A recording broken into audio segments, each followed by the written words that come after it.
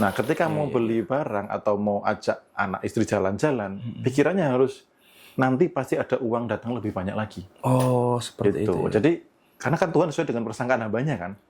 Iya benar. Gitu. Jadi ketika mau jalan-jalan, udah jalan-jalan, nanti pasti ada uang Ada lagi gitu ya.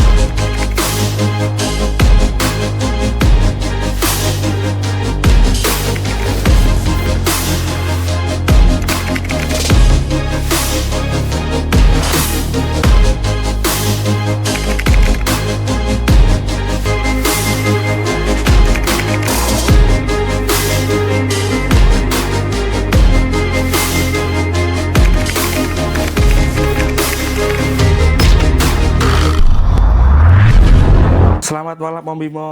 Wah, Halo, malam bro. apa kabar nih Mas Bimo nih?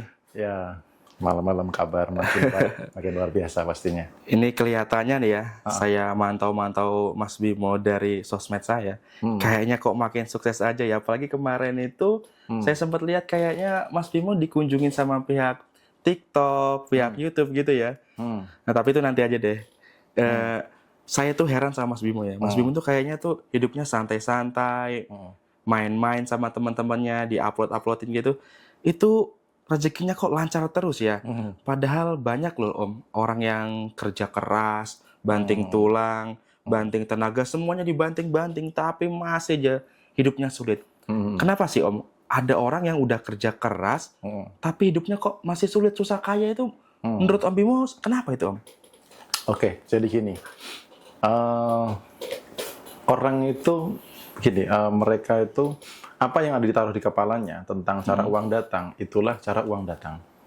Nah, orang itu dulu sudah banyak didoktrin sejak masa kecil, dia itu kerja, cari uang itu harus kerja, atau cari uang itu susah. Gitu. Iya, benar-benar. Jadi contoh misalkan pada saat waktu kecil gitu ya, dikasih nasihat, belajar yang rajin, nanti cari uang itu susah, cari kerja susah. Akhirnya apa? Mereka terdoktrin di bawah sadarnya sejak kecil bahwa nanti itu akan cari kerja susah, kemudian cari uang susah. Ini dulu yang latar belakangnya. Jadi bawah sadar ini database-nya jauh lebih kuat karena sugesti di masa kecil itu kalau masuk ke bawah sadar dia akan menjadi blueprint kehidupan. Oh, gitu. Jadi alur kehidupannya seperti apa tergantung dari belief system. Oh, berarti aku kalau mau dapat duit harus kerja. Sementara cari kerja susah. Cari uang susah. Nah, padahal kalau di kebenaran di kitab itu 10 dari pintu rezeki apa kerja? Bukan kan? Bukan. Nah, itu yang kadang orang itu terjebak di dapat uang itu harus kerja. Kalau mau uangnya lebih banyak harus kerja keras. Gitu. Jadi kalau untuk punya uang banyak mereka harus menggadaikan waktu, tenaga, pikiran, kesehatan gitu. Sehingga kalau nggak kerja keras, uangnya nggak bisa banyak. Jadi itu udah terdoktrin, tertanam gitu ya Om ya. Jadi mental block ya, bisa dibilang gitu ya Om ya. Iya, bisa mental block, mental penghambat kelimpahan gitu. Makanya kalau nggak salah di acaranya Om Bimo sendiri ada ya untuk menghapus mental block seperti itu ya. Benar. Jadi membatalkan atau menghapus belief system lama yang menghambat kelimpahan. Salah satunya yaitu dapat uang harus dari kerja. Itu yang awal-awal kita bereskan dulu. Supaya apa?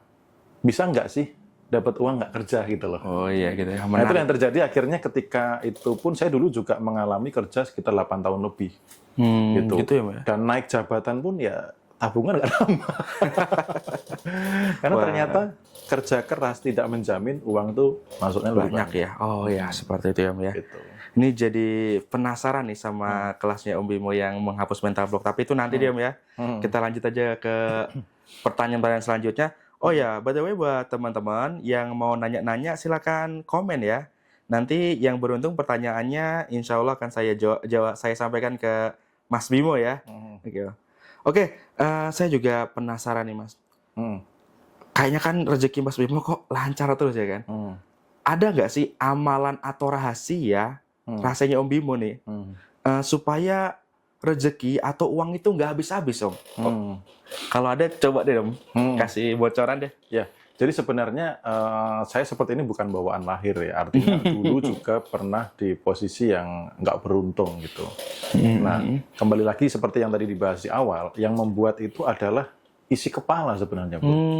Iya. Gitu. Jadi isi kepala itu mempengaruhi. Contoh misal nih, sederhana aja, ketika mau mengeluarkan uang, Iya. misalkan beli apa gitu ya, habis itu mikir, aduh nanti uangku habis gimana? Itu sudah bisa berdampak, uang habis beneran. Seperti itu ya. Nah, ketika mau beli barang atau mau ajak anak istri jalan-jalan, pikirannya harus nanti pasti ada uang datang lebih banyak lagi. Oh, seperti Gitu. itu. Ya. Jadi, karena kan Tuhan sesuai dengan persangkaan hambanya kan. Iya benar. Gitu. Jadi ketika mau jalan-jalan, udah jalan-jalan, nanti pasti ada uang lagi gitu ya. Nanti iya. pasti datang lebih banyak lagi. Apalagi kalau misalkan gini, teman-teman boleh nanti cerita nih di komentar atau gimana. Atau mungkin Bro Rendra juga pernah ngalamin. Iya. Pada saat nyenengin anak istri gitu, rezekinya lebih lancar nggak? Oh iya benar. Tapi ketika lagi susah, berhemat, khawatir uangnya habis, apa yang terjadi? Beneran habis. Jadi rahasianya uang itu cepat habis atau enggak, banyak atau sedikit, isi kepala. Oh iya. Apa database di bawah sadar, belief system, blueprint itu yang mempengaruhi kehidupan akan seperti apa. Gitu. Jadi kembali ke tadi ya yang garis besarnya Tuhan sesuai prasangka hambanya Iya, gitu ya Mas ya. Itu kan juga termasuk yang di kepala. Makanya kalau hidup sekarang belum ideal sesuai dengan apa yang diimpikan, bongkar isi kepalanya. Nah, itu dia guys. Dicatat ya teman-teman, ini ilmunya tuh daging banget. Kalau teman-teman nyatat nih, aduh ini ilmu mahal ini ya Mas Bimo ya. Wah, ini bagus banget nih. Terus ada nggak sih Mas kebiasaan-kebiasaan sehari-hari yang bisa bikin rezeki kita berlimpah itu kira-kira ada nggak sih? Kalau ada contohnya seperti apa ya? Ya, nah banyak orang itu terjebak di level faktanya, di level yang kelihatan. Gitu. Nah, sekarang kita kupas dulu deh, supaya teman-teman bisa melepaskan jebakan untuk tidak fokus kepada yang kelihatan. Gitu. Contohnya gini, misalkan, tadi, apakah banyaknya rezeki karena kerja keras? Apakah orang yang lebih bekerja keras otomatis lebih banyak? Belum tentu kan? Iya, benar. Kemudian, apakah yang pendidikannya lebih tinggi selalu lebih banyak? Tidak juga, Belum tentu juga. Yes. Apakah yang warisannya banyak otomatis rezekinya akan lancar? Belum tentu juga. Apakah yang modalnya besar sudah pasti lebih sukses? Belum tentu juga. Nah, terus pertanyaannya, rezeki ini apa gitu? Nah, itu di-clearkan dulu. Ketika itu clear, maka kita jadi tahu, oh, kalau rezeki itu soal ini, ketika ini dipertahankan, maka dia akan mengundang di level faktanya. Karena kan sudah berusaha keras, nggak kaya-kaya, harusnya ganti cara dong. Benar. Gitu. Sudah menggunakan modal yang besar, misalkan sampai pinjam ke bank dan sebagainya, nggak kaya-kaya, harus ganti cara dong. Artinya bukan di level yang kelihatan. Gitu. Saya berkali-kali juga menyampaikan bahwa untuk jadi kaya itu perlu kesadaran kaya. Gitu. Nah, itulah yang saya jaga sepanjang hari. Kesadaran kaya Kesadaran kaya bahwa saya ini kaya gitu loh. Bahwa saya ini berlimpah gitu. Nah, artinya ketika contoh misal ada teman gitu ya, ketemu teman atau ngumpul sama teman, saya harus buru-buru yang traktir duluan. Oh, supaya apa? berlimpah Belief tadi, ya, sadar kayanya berlimpah gitu. Kemudian mulai juga menghadiahi diri. Dulu saya belum berani seperti sekarang. Misalkan beli jam tangan yang agak lumayan atau beli baju atau apa, dulu nggak berani. Tapi sekarang mulai ketika diri kayak minta dimanjakan atau minta self reward, dihadiahi, itu dijaga gitu. Kemudian berbagi. Ya, kalau yang sederhana teman-teman bisa lakukan tuh syukur, ya. Syukur. Catat teman-teman. Karena tadi juga ada pertanyaan di grup juga yang menanyakan gimana kalau jatuh tempo, cicilan, bla bla bla bla. Nah, rata-rata orang tuh fokus di apa? Kekurangan. Kekurangan ya. Dan syukur dan tadi kekhawatiran dan sebagainya itu bisa mengaburkan syukur saat ini. Gitu. Padahal kan misalkan seburuk apapun kondisi saat ini, minimal satu masih sehat. Yang kedua ada kuota buat nonton live. Kan? Iya benar. Nanti di YT misalkan gitu. Atau masih sehat atau keluarga sehat, karena dulu waktu saya di kondisi minus, cicilan 10 juta. Dari kartu kredit, kemudian harus bayar uang, kembaliin uang investor dan sebagainya. Itu yang saya lihat apa? Bukan itunya, Bro.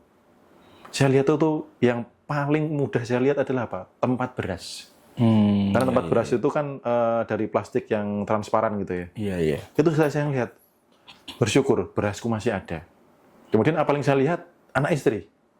Bersyukur mereka sehat. Kebayang nggak bro? Kondisi lagi minus, anak harus sakit atau istri harus sakit. Itu kan luar biasa menderita. Tekanannya luar biasa. Akhirnya ketika melihat itu, syukur. Kemudian sampai saya yang hanya tinggal di kontrakan, itu pun saya bersyukur tinggal di kontrakan yang seperti ini, gitu loh. Saya nyaman, kemudian tidak terganggu dan lain sebagainya gitu. Jadi apa yang bisa saya lihat, termasuk benda, apa kejadian itu aku apresiasi gitu loh. Jadi apresiasi, disyukuri. Nah itu yang membuat mental kelimpahan ini terbangun. Bahwa aku ini berlebih, aku ini ada gitu loh. Beda dengan orang yang setiap hari fokusnya kekurangan. Gitu ya. Nanti cicilan lagi. Padahal saat itu saya juga ada cicilan 10 juta per bulan, nggak kerja bro, coba. 10 juta per bulan, nggak kerja, punya anak. Iya benar-benar. Ya kan? Itu, jadi ada memang kekurangan, tapi coba geser fokusnya yang ada, yang berlimpah. Itu. Oh iya, iya.